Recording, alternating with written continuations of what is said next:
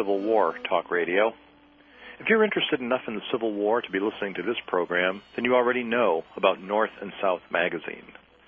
Living in an era, as we do, when anyone with a computer and a map to Kinko's can self-publish his ravings of a lunatic, it's good to have a publication that can be counted on to present well-researched, provocative, interesting pieces from established authorities and rising stars in the world of Civil War history. We'll talk today with the man behind North and South magazine, publisher Keith Poulter, on Civil War Talk Radio.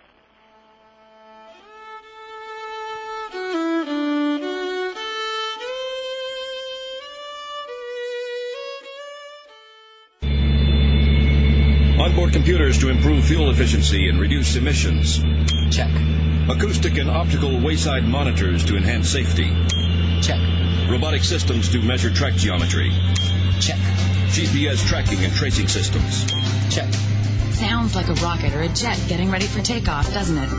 Actually, it's something just as technologically advanced. A freight train. There's a new world of technology riding the rails that makes today's freight railroads more fuel efficient, safer, and cleaner running than ever. With wireless communications, transponders, and trackside readers that can pinpoint a shipment's location at speeds of up to 80 miles an hour, North America's freight railroads are driving the technology required by today's businesses and consumers. And with everything from apples to computers moving by rail, we wouldn't have it any other way. Chances are, the things you'll use tomorrow are taking the train today. Tomorrow, arriving by train. Sponsored by North America's Freight Railroads. Mission critical. 2 words that describe the data vital to every e-commerce website. If your company needs the services of an unparalleled co-location facility, you need to remember these 2 words: Castle Access. With Castle Access, your internet servers will be secure in environmentally controlled data centers that offer high-speed managed internet access and the highest standards of 24/7 customer support. For more info, visit castleaccess.com. Castle Access. We keep you online all the time. World Talk Radio, bringing the world to you.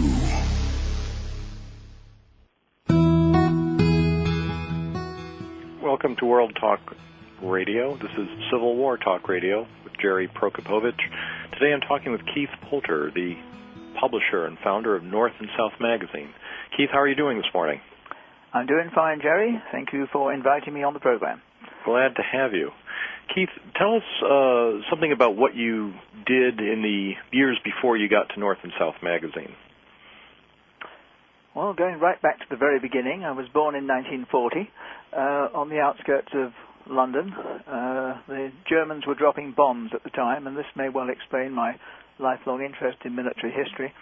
I left school when I was 16 because I could not stand being just subordinated to authority. Again, that's a lifelong thing. Worked for government communications headquarters on signals intelligence. That's the British equivalent of the National Security Agency. Then I taught elementary school for a year. Went to university, got a degree in political science, joined the faculty, then turned to teaching in community colleges, and then launched a board wargaming company, 3W. And then in 1983, immigrated to America. When board wargaming was virtually wiped out by computer gaming, I looked around for something more to do and launched North and South. That's more than a few interesting things. That's quite a background. Let me pick on one incident there. The signals intelligence, National Security Agency style work. Is there anything you can tell us about that without having to kill me afterward? Yes, I believe even after all these years, I'm subject to what the British call the Official Secrets Act. I worked on most of the organization was concerned with monitoring, listening into, and analyzing foreign broadcasts of one kind or another. The section I was in actually was looking at the security of British communications.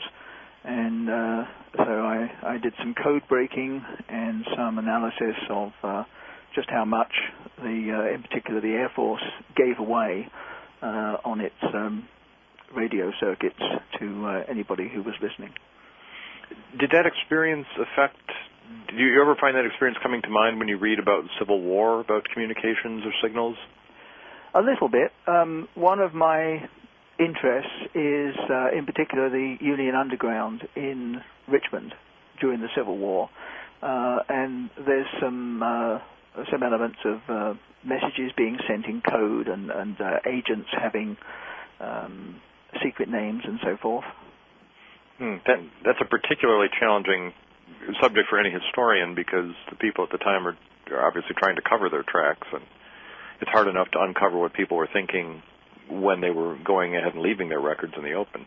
Right. There was a spy in Richmond whose code name was Quaker, and I have tried for many years to find his identity without success. I've been as far as Quaker records in Ohio, for example. There was some suggestion at one point he might have come from Ohio originally, but Quaker's identity remains a mystery, despite the fact that a fellow called McNiven, back in the 60s, I think, claimed that it was his, if I remember rightly, great-uncle. But I don't think that claim is valid. You said he. Are you certain of that? That this was a man, not like Elizabeth? What was her name? Van Loo, I believe. Elizabeth Van Loo. Yeah. No, it was definitely a man. And we have the only references in Civil War records to him. There's a reference in Butler's book, and there are two references, I think, in the official records, and that's it. So we don't know a lot about him. Right. So there's a project there for someone.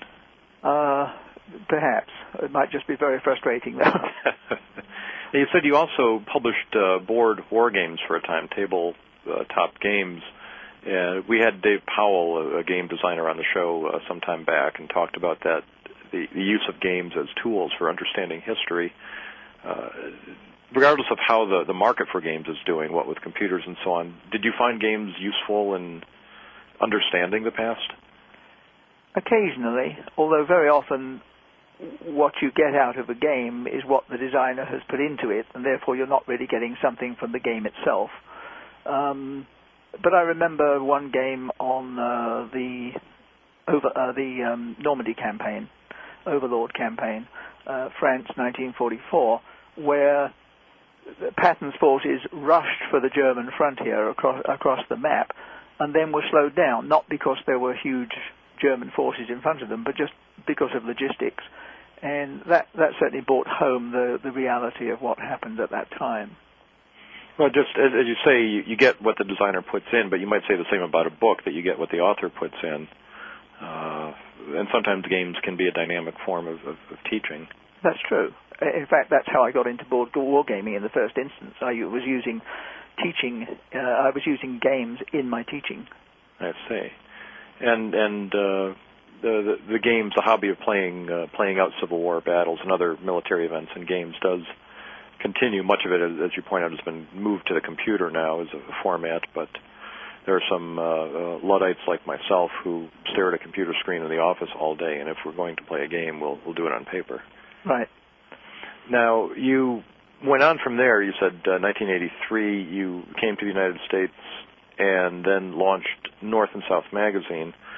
At this point, at that point, certainly there Civil War Times Illustrated was out there, Blue and Gray.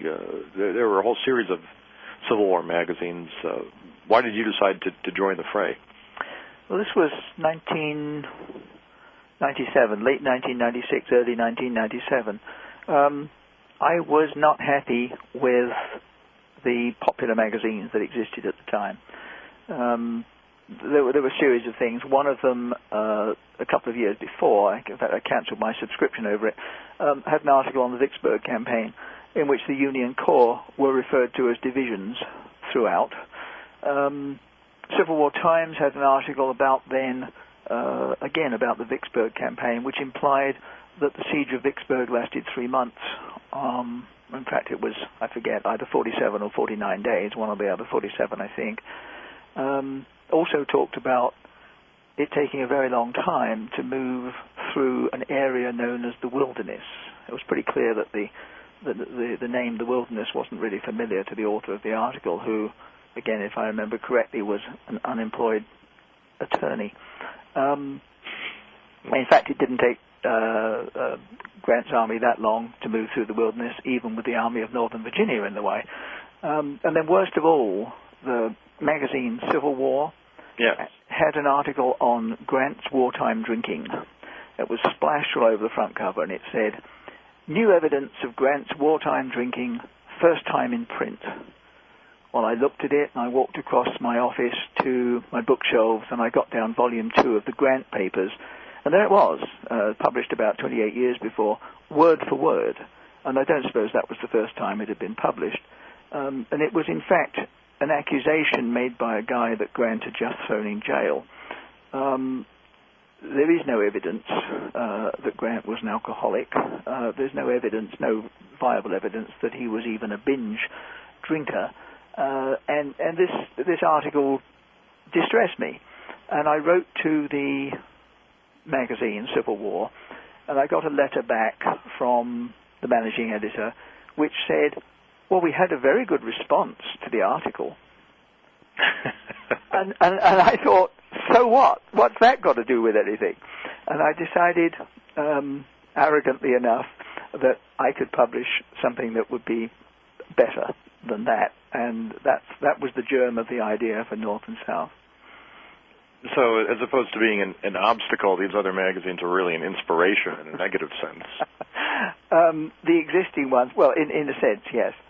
My notion for North and South would be that it would be quite different. It would be a hybrid, somewhere in between an academic journal and a popular magazine. It would be like a journal in the sense that the articles would be annotated so that people could consider the validity of what was being said, and they'd know where the author got his information.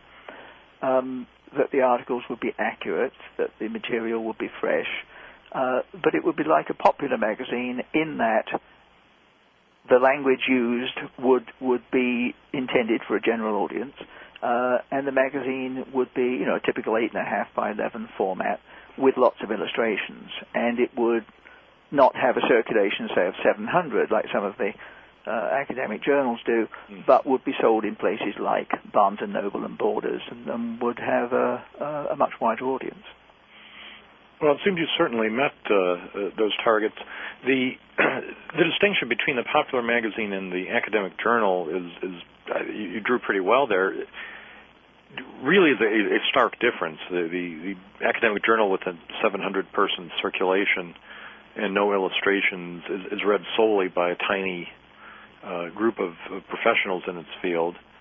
And then on the other hand, you've got the popular magazine with no concern about the validity of the history as long as it gets a good response. So there's a void in between, and that's where North and South falls, as you see it. Is that right? That's right, yes. Now, you asked me a moment ago, Jerry, whether any of the other magazines were an obstacle. Mm-hmm. There was a frightening time. I had decided in, I think, December 1996 to launch this new magazine. I checked out the logistics of it, the finances of it. As a matter of fact, all the information I was given was wrong, but no matter. And then in March of 1997, Columbiad was launched. I was going to ask you about that. Yeah, and Columbiad was intended essentially to reach the same upper end of the market as North and South, people who had a serious interest in Civil War history. But it was too late. I'd already committed myself to producing the magazine by then. But that was definitely disturbing. But of course, Columbiad, as you know, disappeared after a while. One, I apologize for not remembering which one it was. One of the authors of a Sherman biography, it was not John Marszalek, perhaps Lee Kennett, in his introduction talks about how 6 Sherman biographies all showed up in the 1990s. And he said it was the academic equivalent of having a 6-shooter emptied into your body, one round after another at short range, watching these other books come out on the same thing you were about to do. So I imagine when you saw Columbia, that must have been something of the same feeling. It was something of the same feeling, yes. And Columbiad, as I recall, also aims for the market between the two, as you say, but it looked more like a journal. It didn't have the illustrations that Right. North and South has. Right. Is either North and South or Columbiad in its time, were the articles refereed in any way, or did you, as editor at North and South, were you the gatekeeper for the articles? Yeah, I can't speak for Columbiad, obviously, but for North and South, yes, I referee them as editor, or rather, I did. Of course, as you know, I recently handed over the editorship to Terry Johnston, and we can get to that.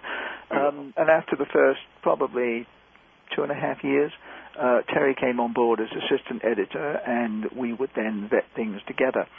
And there were many submitted articles, the unsolicited ones particularly, which we were able to say, no, this is not something we want to publish.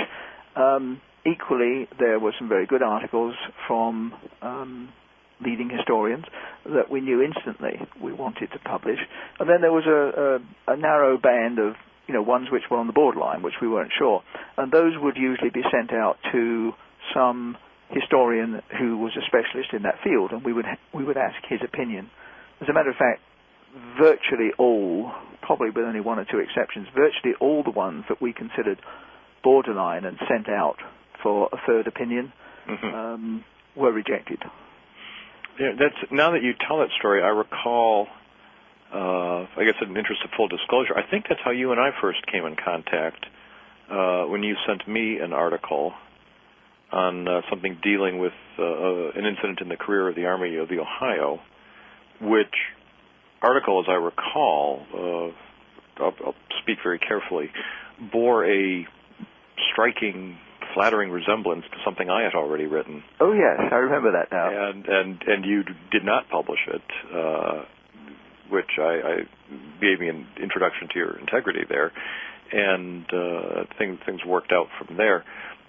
But that is one of the distinctions between the popular magazines and the journals. The professional journals are indeed refereed. Items are routinely sent out to experts to be vetted, to be confirmed that they should be published.